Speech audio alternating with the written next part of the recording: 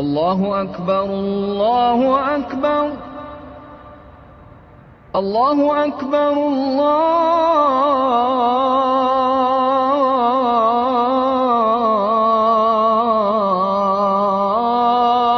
Allohu akbar.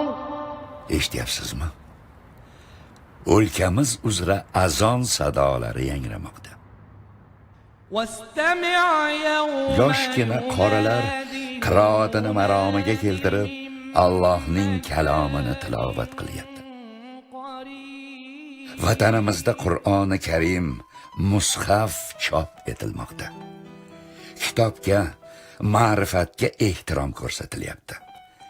Ilmga ehtirom ko'rsatilyapti. Islom faqat nurli hayotga, ilm ma'rifatga, yaxshilikka undaydi. Alhamdulillah hammamiz musulmonmiz. Buning shukronasini qilib, farzandlarimizni ham bunday ne'matning qadriga yetadigan insonlar etib tarbiyalashimiz kerak emasmi?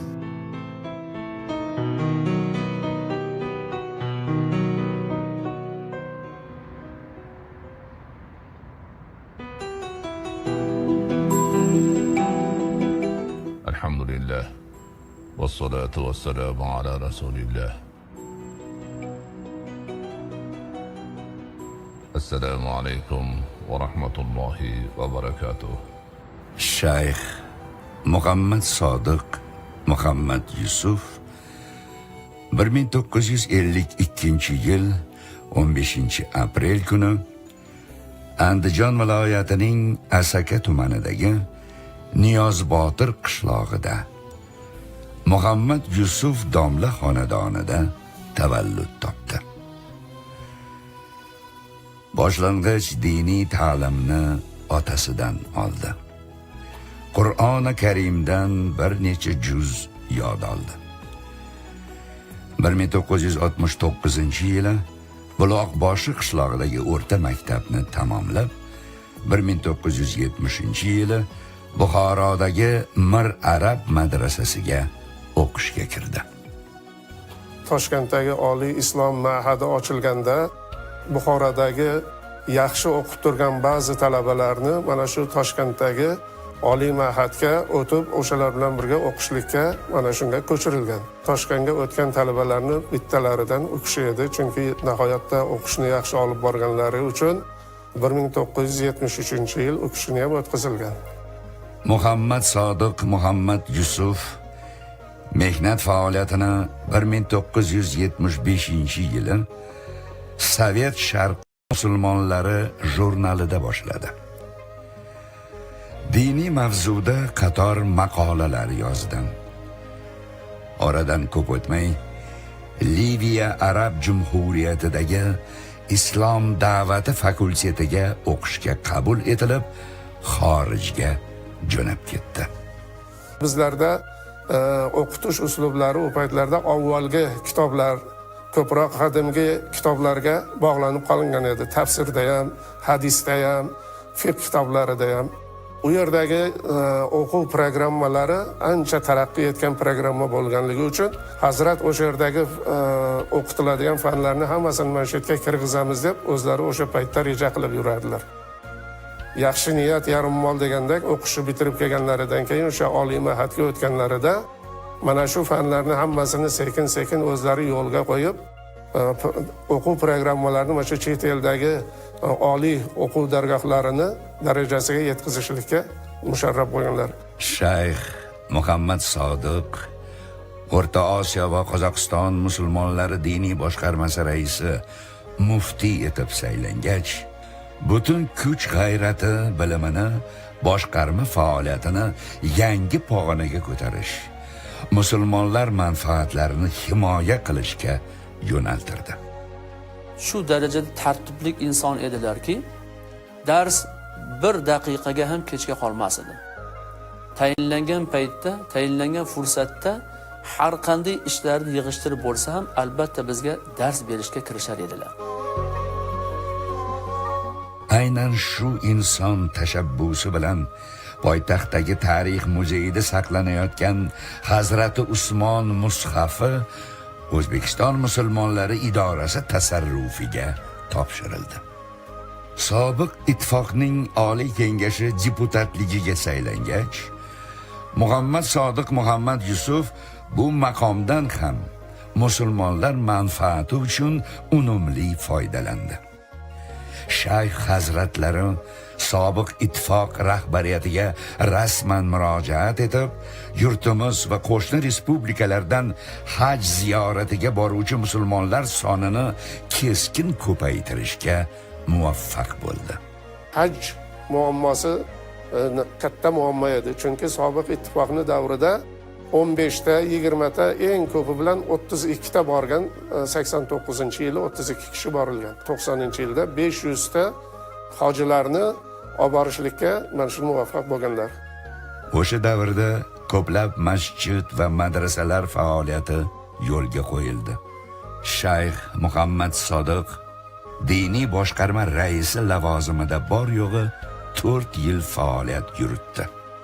Biz madrasani, oliy ma'hadni tugallash arafasida ba'zi bir sabablar tufayli o'z vatanlarini tark etishlikka majbur bo'lib qoldilar va 93-yilda tark etib ketdilar. Orada 7 yil ustozimizdan ayrilib qoldik. Bir to'da fitnachi-yu ig'voga uchgan g'ofillar Muhammad Sodiq Muhammad Yusuf nomiga asossiz tuhmatlar yog'dirib, turli fitnalar uyushtirdilar. Buyuk bir olimni, millatning asl jonkuyarini ma'lum muddat oilasi, ota-ona mehri, farzandlari diydoridan ayro yashashga majbur qildi. Vatandan mahrum etdi. Aynan shu kunlarda dilbandi Muhammad Sodiqning yo'liga ilhaq onaizorning hayotdan ko'z yumishi o'g'il uchun katta musibat bo'ldi. Biroq ona vatan hasrati, yaqinlar sog'inchi ham Muhammad Sodiq Muhammad Yusufning irodasini buka olmadi. Haqiqat albatta qaror topajagiga umidi so'nmadi. Allohga bo'lgan ishonchi, iymoni unga kuch berdi. Mana shunday boshimizga tashvishlar tushdi yoki bizga g'iybatlar bo'ldi biz haqimizda yoki bizga tuhmatlar bo'ldi deb hech qachon aytmasdilar. Na xorijda yurganlarda, na vatanda O'zbekiston haqida yoki davlatimiz rahbarlari haqida biror marta bir og'iz ham salbiy gapirmagan edilar. O'zbek xalqining diniy ma'rifatini, ilmiy salohiyatini oshirish haqida olislardan turib qayg'urdi. Shayx Muhammad Sodiq Muhammad Yusufga Tafsiri Hilol asarini yozish aynan Qur'oni Karim nozil bo'lgan makonlarda nasib etdi. O'sha yillari hadis va hayot silsilasi ham yozildi. O'zbekistonga qaytgunga qadar, ya'ni 2001-yilgacha ilmiy faoliyatini o'sha yerda olib bordi. Ustozimiz Shayx Muhammad Sodiq Muhammad Yusuf hazratlari yana o'z vatanlariga qaytib keldilar. O'sha kunlardagi xursandchiligimiz, o'sha kunlardagi shodligimiz ichimizga sig'mas edi. Shayx Muhammad Sodiq Muhammad Yusufning islom diniga oid chuqur bilimi, dinimiz sofligini asrash, xalqni xatarli yot g'oyalardan himoya qilish yo'lidagi xizmatlari jahon miqyosidagi ulamolar tomonidan e'tirof etildi. Shayx hazratlari turli xalqaro anjumanlarning doimiy ishtirokchisi, nufuzli tashkilotlarning a'zosi bo'ldi. O'sha anjumanlarga, konferensiyalarga yetib borgandan so'ng konferensiyaning muddati boshlanish vaqtidan 10-15 minut oldin kamida borib o'zlariga ajratilgan u kishini ismlari yozilgan joylarni egallab, hammadan ham oldin kelib tayyor bo'lar edilar. Konferensiyadagi chiqishlarini ko'p boshqa qatnashchilar ham e'tirof etishardi. Ular odatda umuman yozma shakldagi nutq foydalanmasdilar. U kishida bu narsa o'zi tayyorlangan bo'lardi. U kishi bu narsani qalblariga, fikrlariga jo qilib biror marta biz masalan ko'rmaganmiz. Shu bir qog'ozdan o'qib chiqish qilganlarini. Ta'kidlash joiz, zamonaviy O'zbekiston tarixida boshqa biror inson islomiy ilm sohasida bu qadar yuksak mavqega ega bo'lmagan.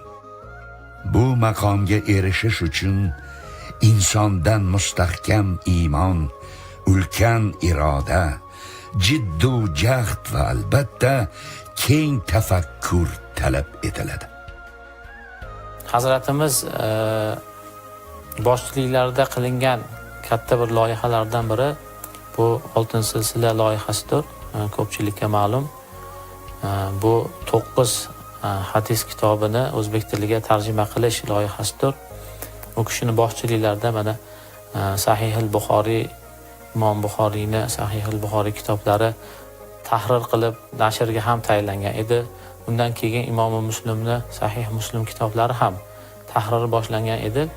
Allohning qadari bu narsalarni oxiriga yetkazish Hazratga nasib qilmadi, lekin u kishi tarbiya qilib ketgan avlod, shogirdlari, farzandlari, safdoshlariga bu narsa mana bugungi kunda burch bo'lib turibdi.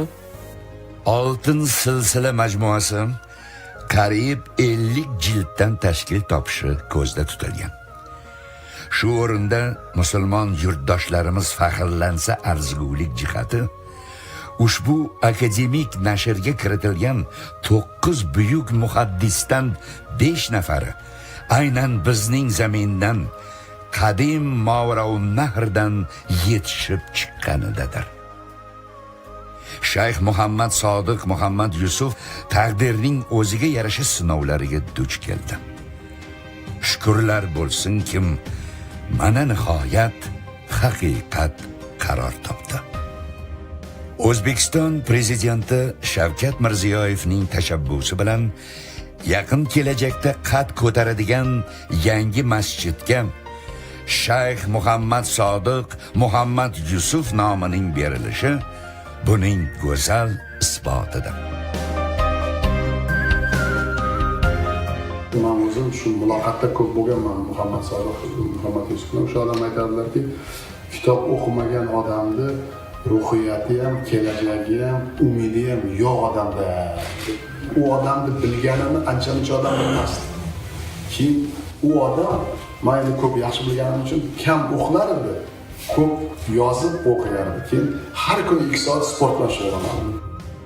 Ko'p niyat qilardiki, Shavkatjon, men umrimda bir qani endi bizda ham davlatda bir yaxshi masjid bo'lsa-da, nurli islomni men tushuntirsam deyardi. Nurli deyardi. Qur'onni o'qigan odam va uni bilgan odam, ilmiy bilgan odam hech qachon kam bo'lmaydi.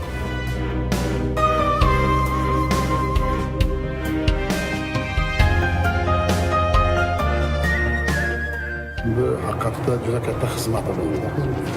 Agar yana bir marta aytaman, adolat bo'lsa, bu xizmatni joyiga qo'yishimiz kerak. Biz qilsak, Xudo bizga madadkor bo'ladi.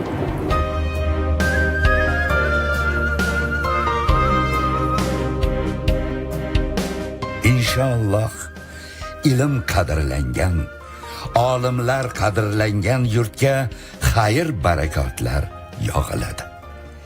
Buyuk allomalar vatanidan yana Buxoriylar, Termiziylar albatta yetishib chiqajak. Eshityapsizmi? O'lkamiz uzra azon sadolari yangraydi.